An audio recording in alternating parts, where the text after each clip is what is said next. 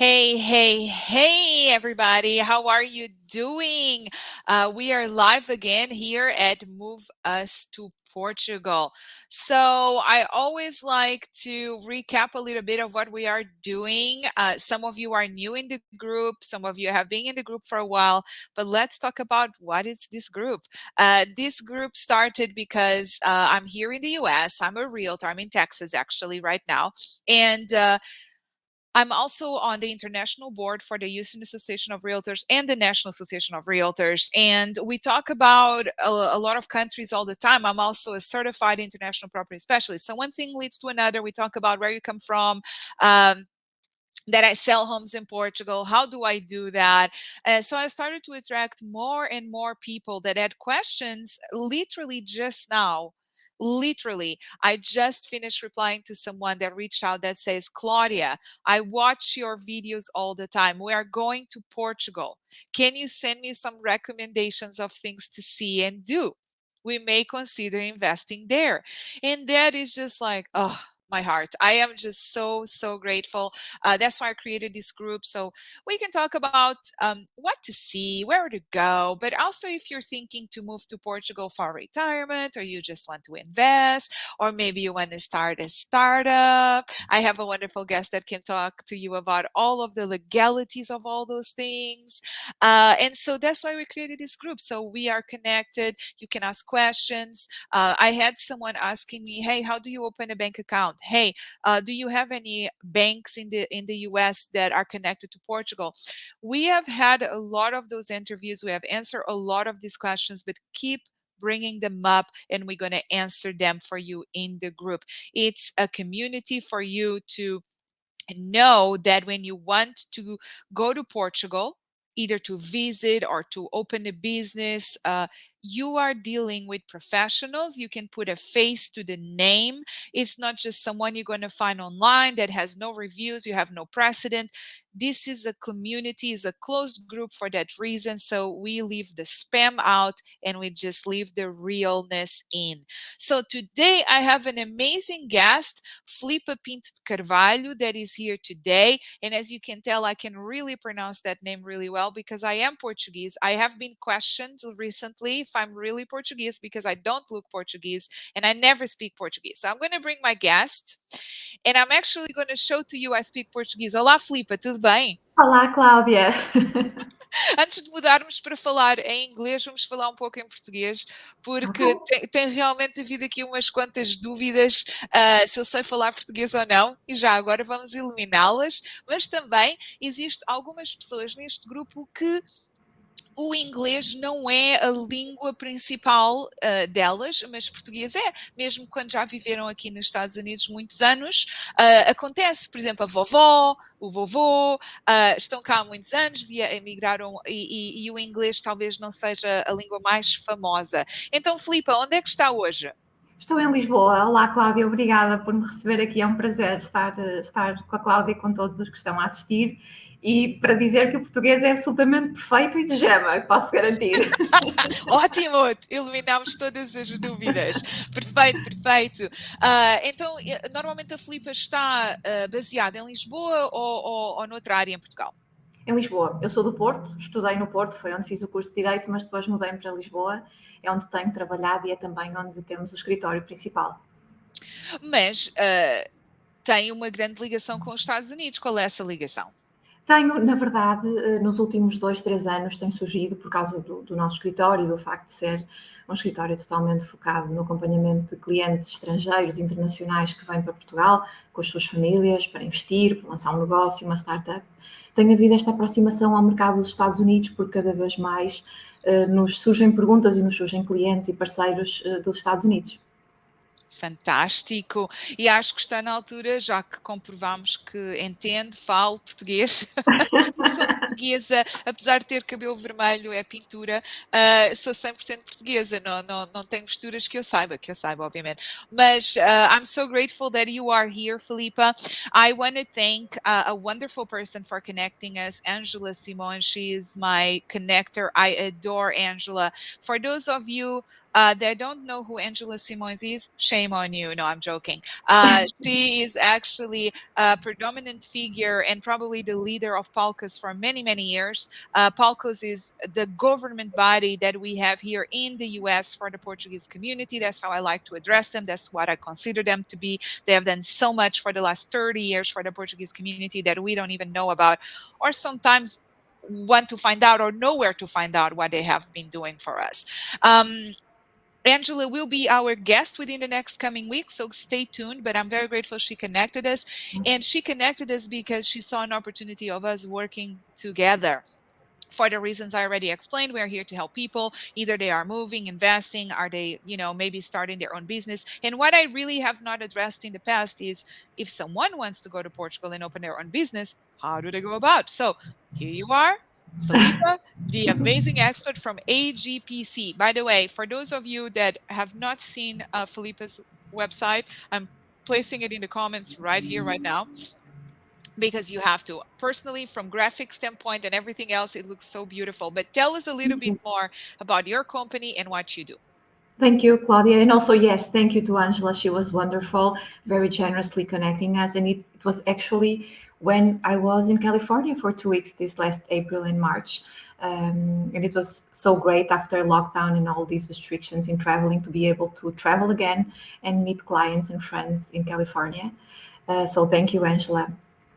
Well, yes, as I was saying before in Portuguese, I'm from Porto, where I studied, where I did my law degree. And after that, I came to Lisbon, where I did my internship at a law firm.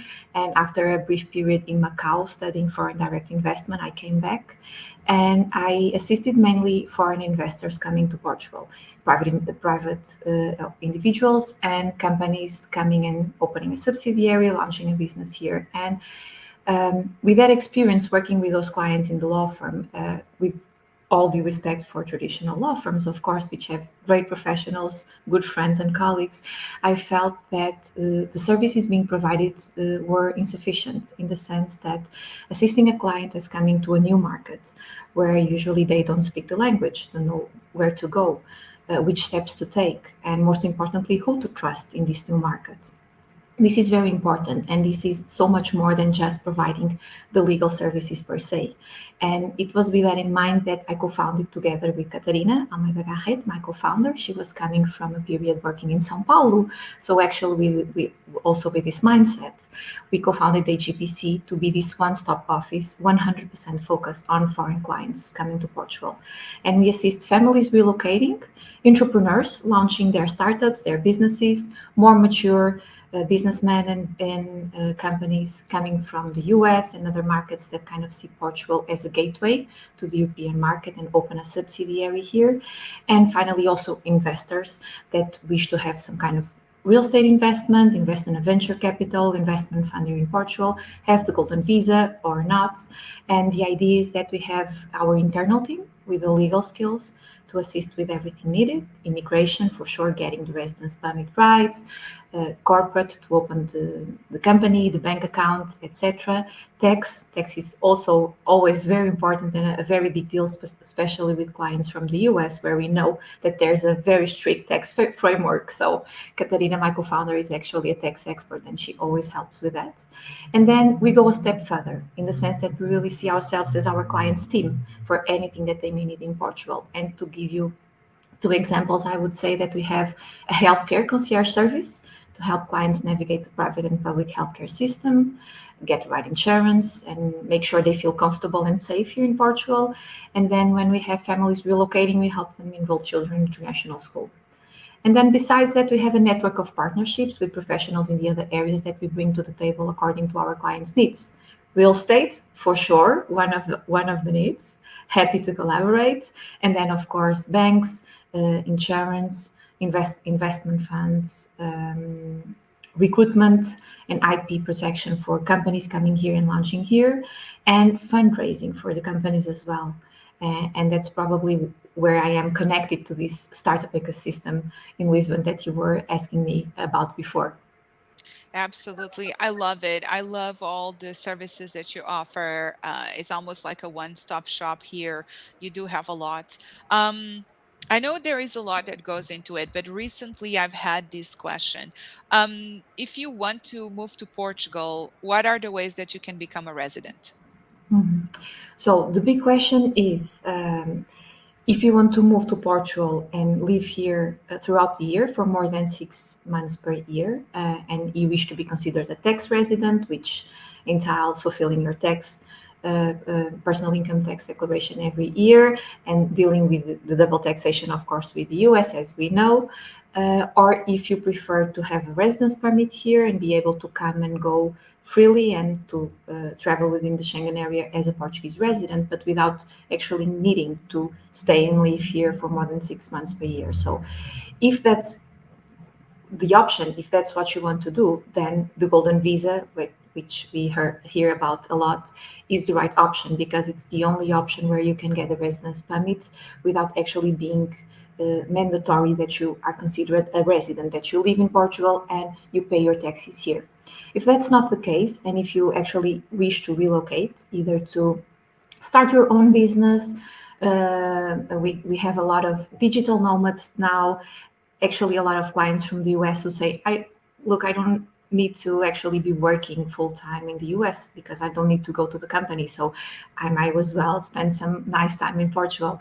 In that case, retirees as well coming to the Algarve and not only to spend their time. In that case, there are other residence permits, which are in a way much more affordable than the golden visa because it's not mandatory to do such a high investment, and also the fees charged by the borders and immigration service and others are not as high.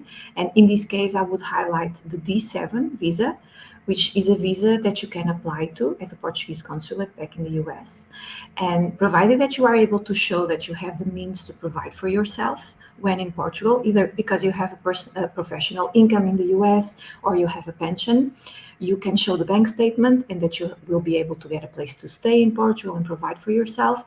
You can come and you are free to leave and also work in Portugal if you wish. But the idea behind this D7 is that you actually don't have to have a work contract, or you don't have to have established a company here to be able to get this permit. Then, if you want to actually incorporate your company, being a startup or opening a subsidiary, you are an entrepreneur. And as an entrepreneur that has invested in the country by incorporating here, you are able to apply for the D2, which is the entrepreneur visa. And in that case, we need to incorporate the company, make sure we go through all those steps. And then once we are able to show that you've done that and that you have put enough capital in the account of the company in Portugal, we are able to apply for this entrepreneur visa. Fantastic. Thank you so much for that. I really appreciate that. As far as banking and finance, as it's stated on your website, what exactly are the services that you provide? Well, on the one side, throughout all these processes to apply for residency and make the investment, will help clients go through the compliance procedure to open the bank account, with the SD account. Now, fortunately, it's possible to open the account remotely, which is very good because it enables us to make sure that we take care of all the steps necessary before the client actually comes to Portugal, and it's so much easier and comfortable for the client coming in and feeling that a lot was taken care of already. And then we also have a lot of clients who are actually interested in investing in venture capital investment funds in Portugal, either to apply for the golden visa or not, or because they are interested in the startup ecosystem.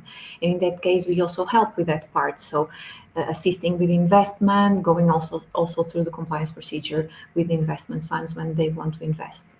And finally, I would highlight another area. Besides co-founding AGPC, I co-founded a consultancy called Here, which is a meeting point for startups, companies, entrepreneurs, and funding entities in Portugal. And the idea with Here is that we help entrepreneurs and companies define their fundraising strategies according to obviously their maturity stage and their goals for the next years. And the idea is here is that we help companies coming to Portugal to get the right funding, either applying to Portuguese grants or European Union grants, and then finally making the bridge with VCs and business angels in Portugal. That's amazing. I love it. So, are you comfortable kind of explaining to us a little bit what the process is of opening an account remotely? What does someone need? I'm here. I'm in Portugal. I want to open an account in Portugal. And I'm in Texas. I want to open an account in Portugal. What do I do? Yes, it depends a bit on the banks, on the bank you chose to open the account. Some of the banks already have the ability of opening through your mobile phone, so you can get a call with them just as we are having right now. And by showing them the documents, they will go through the compliance procedure and then finally have the call with you, so they can open the account. In other cases, it's necessary to certify some documents, but even the more traditional retail Portuguese banks, I would say, are comfortable enough with receiving documents that were certified at the Portuguese consulate in the US. So even in those cases, we are able to open the account. And of course, they will ask for the usual documents that the bank asks for. The ID, sources of revenue, and they will have a couple of questions regarding why are you opening account in Portugal? What amounts do you think you will be transferring to Portugal, and why? But it's obviously something that we can help with as well. Do you know what banks actually from the US can do that? You know the names? Well, Banco Atlântico, Banco Okay. Big, and Banco Big as well. Actually, Banco Big is quite a close connection with the US because of the nationality of some of the directors there. And then you also Portuguese, big Portuguese banks such as BPI and Millennium BCP will also be able to open the account. But in those Okay. cases, with the certified documents through the Portuguese consulate. Okay, fantastic. I'm leaving you guys some examples here on the comments. You can review the video that we're, our interview, but I'm leaving like some notes here for you guys so you can easily find it. Just for your convenience. So, as far as starting a company, so say that I want to moved to Portugal. I like the lifestyle. I had this actually happening. And I wish I knew you then because I could have connected it with my friend Jen Mills. If you are listening to us, drop a comment because I'm talking about you. So she moved to Portugal. We already connected when she was there. I've connected her subsequently with some real estate people. Um, but she runs her business from there. How does that work if I want to move? Uh, I love the country and I just want to start a business there. What can I expect? What documentation? What is the process? The process to incorporate a company is actually not that difficult. We have an online portal now from the commercial registry where we can make the incorporation online. And it's actually also possible to do to go through a lot of those steps without entrepreneurs being in Portugal all the time. So as it happens with opening the bank account, it's possible. Of course, some of the documents need to be certified, and we need to make sure of that. But it's possible to assist in a lot of steps, even without the founders of the company being here. And what we do, there's an online process. We start by applying for a name certificate in case of the founders want a particular name for the company. If that's not the case, we can go straight to the incorporation procedure, and that means there will be a list of pre-approved names. Some of them are funny. Some of our clients like them. Others not so much. So some funny Portuguese names. But then you can also incorporate just with the name of the founder. So you could have a company called Cláudia da Silva and Filipa Carvalho Limited. I And like in the that sound case, of that. and in that case, you could go straight to the incorporation online, choose that name. They have pre-approved articles of association if you are willing to go with simple articles of association. And in the majority of the cases, I would say to start with a limited liability company, it's more than enough. So no need to go to have an extra cost on that. And usually, if we are asking for a specific name, it will take more or less 1 week to get the name certificate back, and then we go through the process. The founders sign the articles of association, and once we submit the paperwork, we are looking into 1 week, 10 days to get the commercial certificate. So that's not that bad. No. Officially, Cláudia da Silva, Filipa de Carvalho. I think we could do some damage in Portugal. I don't know why. I feel like it would be super official with our names. For those of you that just joined us, I'm here today with Filipa de Carvalho. She's here at the capacity of explaining what AGPC is doing for you. The consumer that is thinking to either invest in Portugal, move to Portugal, understand about immigration law, understand about banking and financing. Maybe you want to start your own company. Investing in, not just investing in buying real estate there, but maybe a different level of investing here, and definitely emerging companies and startups. There's a lot, but also employment and labor. So you help companies with recruitment. Well, what we do is from the legal perspective, when we have the founders incorporating a company here or launching their startup, usually there's this recruitment part, getting the visas for the workers, and then making sure that the work contracts are done properly, that we register at Social Security and the Tax Authority. And then within the network of partnerships that we have and that I was mentioning before, we do have partnerships with recruitment teams that will help companies find the right talent for their projects here in Portugal. And as you know, I think one of the most attractive points for Portugal, and there's been a lot of talk about Portugal in the US recently, and I think one of the main attractive points in regards to startups and companies coming here, it's the talent that we have. Very good engineers, highly skilled workers, proficient in English, so easy to adapt and bring the teams here and adapt with the Portuguese colleagues. So we help with that as well. Excellent customer service, excellent medical. I mean, we do have a lot of skills in the workforce in Portugal that are definitely to be recognized. So here in the US, when you're opening a company, if you come from abroad, you need to have a minimum to invest. Is that the same in Portugal? Dollar amount or euro amount? Well, in terms of social capital, if you are incorporating a limited liability company, uma sociedade por cotas limitada, each one of the founders only needs to invest €1. So Oh, really, wow. you can choose the amount of social capital that you do put in the company to begin with. And then you'll have the costs with registry, but we are talking about €75 to apply for a specific name, and €220 for those pre-approved articles of association that I was mentioning, and to register the incorporation of the company, and of course then the legal fees. And you should count also with the accounting fee, because it will be mandatory for you to appoint a certified accountant, and accountants usually charge a monthly fee to assist you with that bookkeeping and submitting the tax declarations. But we are looking into, on average, a minimum of €150 or €160 per month plus VAT. Perfect. Regarding tax, our very good friend Uncle Sam has a house in every country. Here we call him Sam. In Portugal, I don't know what we call them, but we don't call him a nice name, I'm sure.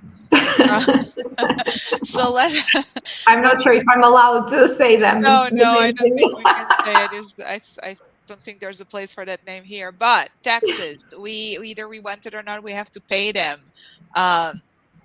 We should want to pay them because we all need hospitals and roads and schools. But how does that work with relocation and double taxation? So I'm coming from the US. Tell us a little bit about that and what to look for.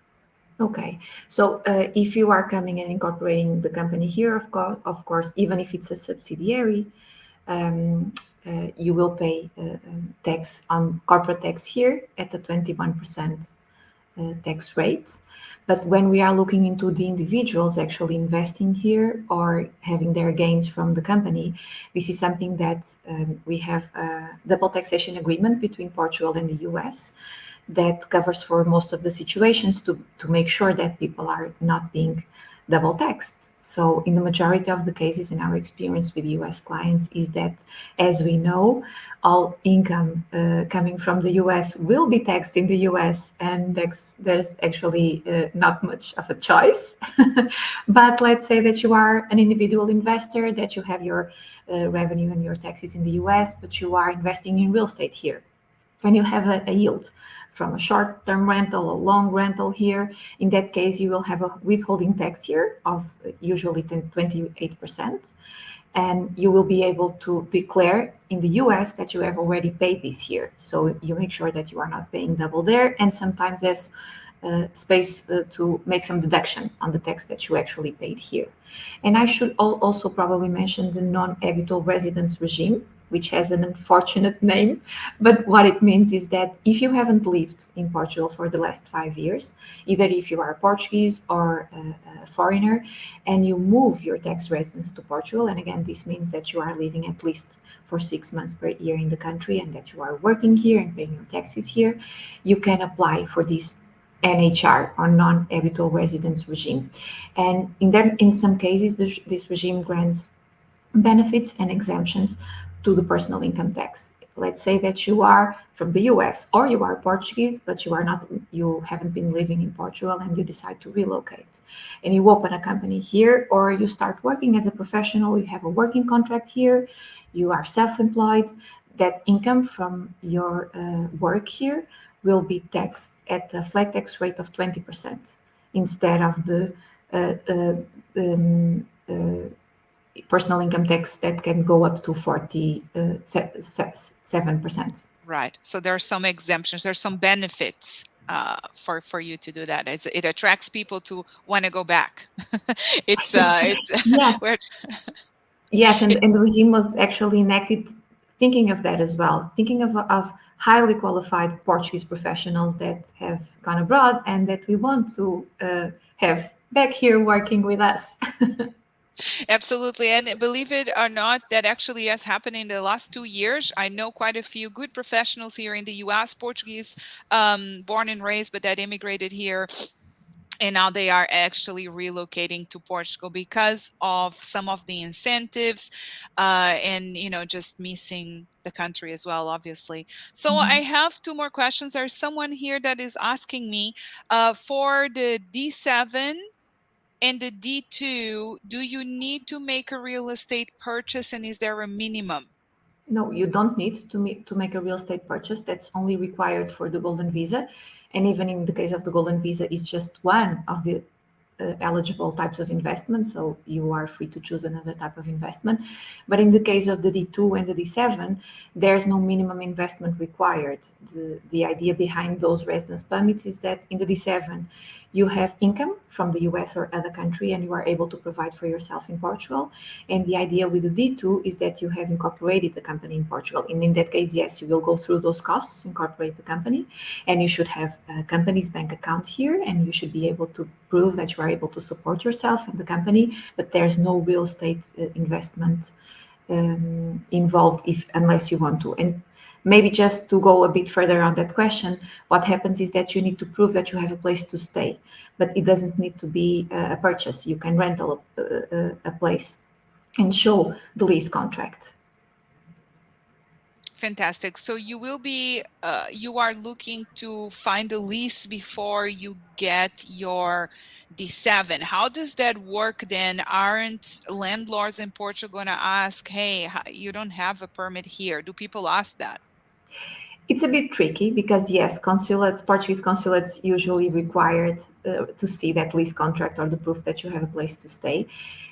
They were very strict, but they are being more flexible and understanding of the fact that the person is only relocating, and some of them are actually now being more flexible into if you are able to show that you have an Airbnb for 6 months, so you have a first place to stay, and then once you come, you will actually choose your home. They are leaning towards more flexibility, fortunately, because yes, it's tricky. And a lot of the clients, what they do is they come first to Portugal, we open the bank account with them, we initiate the tax representation, they choose the property, then they go back and we start the process at the consulate.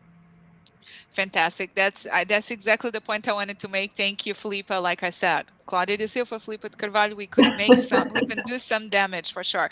Because that's what I wanted to mention. I have had a lot of people asking, if you're watching, hey, I want to move to Portugal. I'm going to apply for the D7. I need to have an address, but I can't find a place if I don't have a permit. So my first advice is get an Airbnb. Get an Airbnb that you paid for. It shows that you paid for. You shows your income, and then you can always change things later. Also, getting an Airbnb to start with, it's affordable in Portugal compared to many other countries in the world, especially the US, and it's a good way for you to get to know the area. It's a good way for you to even move around because you can book different Airbnb. It doesn't have to be that same one as long as you show that you have a place that is booked from, I don't know, 6, 8, 9, 12 months. But you can live in certain areas and then you can assess, well, I really like Lisbon, but I want to live in Sintra. Or I really like Porto, but Coimbra is where I'm going to end up, whatever that may be. But that gives you that flexibility. There is a way around things. The last question I'm going to ask you to bother you with is a question I also get here in the US a lot from clients. So, for those of you that don't know, I am a realtor here in Houston, Texas, and I do sell primarily homes here, some in Florida as well. I just started selling homes in Florida, also buying a home in Florida right now. Airbnbs, I'm passionate about Airbnbs, but I get a lot of clients here in Houston that are international. So, like right now, I'm working with someone that is moving from the UK but is Italian, and someone that moved here from Belgium. But I have people from Pakistan, from all over the world. It's too many nationalities to mention, to be honest. But I always get this question. So I buy a property here. My family is somewhere else. What happens if I die? What happens if I go to Portugal and I buy property? What happens then? Like if something happens to me, I die of happiness in the beach. Well, the property will belong to your errant, so inheritance. So, and one of the things that we do actually a lot with clients when they have these part of their life and their belongings in the US or other country. And in Portugal, we, together with Catarina, the tax expert, we make sure that we have a plan for that. And that's also one of the things that's mentioned in the website, which is this wealth planning and making sure that whatever the client wants to protect in the future for those circumstances is well taken care of. So basically, it's like in the US, having a will, having everything written down, doing estate planning is important. Like in the US, like I'm about to write my will. I don't even like to talk about it because it feels so terminal. So I know, but you know what? You need to do it, and it's the same in Portugal. And you will appoint who your successors or parents, people that are going to get their inheritance. Good for them. Get a house in Portugal, but that's the way to go. So there's people that freak out when we talk about this, but it's so easy. It's just like in the US, you have to just have that estate planning, as you call it, wealth and succession. Now, Mm. I actually do have, it's not really a question. I kind of wanted to brush on it before we go, is healthcare and well-being, because we have talked here at Move Us to Portugal at length that healthcare in Portugal is phenomenal. It's affordable. Yes, doctors do speak English. Like Jan Mills was saying on her interview, maybe the younger ones speak better than the older ones. We're not being ageists, it's just exposure. Like younger doctors are more exposed to it. That's all. But, so if you want to be like Jan Mills, just look at the pictures, and if they look young, go with them. But I thought it was really funny when she mentioned that. She's so cute. But anyways, tell it, just brush a little bit on it. What do you do when it comes to healthcare and well-being? Okay, so once you get your residence permit, you are entitled to the same rights to healthcare as I am as a Portuguese. This means that we can help you enroll in the national healthcare system, which it's actually things work a bit differently from the US in the sense that actually when we have a serious health problem in Portugal, we go to the public system because there's all the investigation and the doctors with the experience are there. So public hospitals are actually very good for serious illnesses. And then you have the private healthcare system.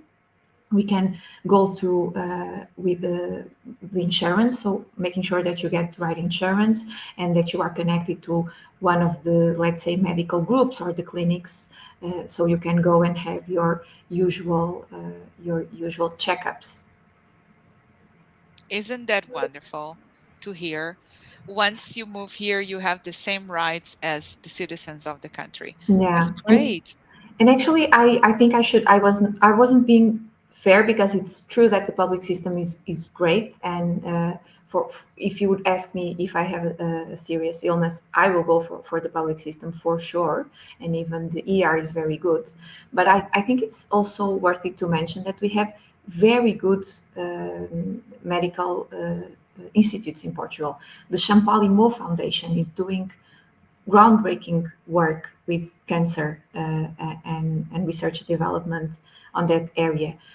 CUF is also a big medical group, and they have super good doctors and are doing also groundbreaking things here. So I think it's fair to say that even in the private system, we are watching breakthroughs in Portugal. And I'm in that sense, I may say I'm very fortunate to be a Portuguese and to be living here, because I feel that in that area we are very well taken care of. I agree 100%. Like there is a lot that Portugal is starting to be known for. The beach, the climate, affordability, still compared to a lot of other European countries. But then as more as we dig in, is like a gift that keeps on giving. We realize that it's stable economically, socially, politically. We realize that people are skilled, that as a company, with all this economic uncertainty and you're looking for alternatives, you don't always have to go to China, you don't always have to go to Poland. And I'm saying this because I do know a lot of companies that have moved to those countries because of affordability. You don't always have to go to India. You actually can get amazing workforce right in the heart of Europe, right at the door of Europe, and move your company and connect with Filipa Carvalho and her partner and associates to understand how to set up that company, how to start a workforce in Portugal, and be part of our local economy and help us in Portugal succeed the right way by employing Portuguese people. Because there is no need to really bring like all of this workforce into a country. You can actually employ Portuguese people with your companies in Portugal. I'm so glad that we connected. You do a lot. I love how knowledgeable you are. Everything I ask you, you're like on point. The information was super, super useful. And I think we're going to have some more questions from some more people joining us at a later stage. So, Filipa, if someone has a question for you, we know that they know that when it comes to real estate, we will be working together. They can come to me. But for any other questions, what is the best way that our audience has to reach out? Sure, maybe we can share my email, and I will be more than happy to answer those questions. Okay, we can do that. Absolutely. So I'll share your email here in the comments here shortly. So everyone, help me welcome Filipa to the group. She's part of Thank our you. group, so feel free to leave your comments, ask questions, and let's just keep the conversation going. If you need assistance, anything Portugal, just reach out. Filipa, thank you so much. Thank you, Claudia. It was such a pleasure. Obrigada. Nada, muito obrigada, Filipa. Before we go, is there anything else you would like to share? Well, just maybe one short thing you were mentioning about bringing companies to Portugal and hiring our talented workforce, and I would say that there's actually a lot of fundraising opportunities for companies doing great things in Portugal, and you can be a foreign founder and have a legal company here and apply for these funding opportunities in Portugal and at the EU level. And I think this is a very good incentive for companies that want to do research and development, that want to do tech, that want to recruit people here. And there's other ways to do things right, I would say, just to add on what you were saying about companies looking for places where they have affordability. Absolutely. Well, thank you so much, Filipa. I appreciate you being here, and we will be in touch. Thank you so much. Thank you, Cláudia. Bye, everyone. Obrigada. Thank you. Everyone, thank you so much for watching. I cannot wait to bring us new guests every week. We have some more good interviews coming. Angela Simões, we are going to have some very interesting people talking to us about Airbnbs, their experience buying with our team in Portugal, and so much more. So stay tuned, keep coming back. Wednesdays, 12 p.m. Central Time, 6 p.m. Portuguese time. Talk to you soon. Bye for now.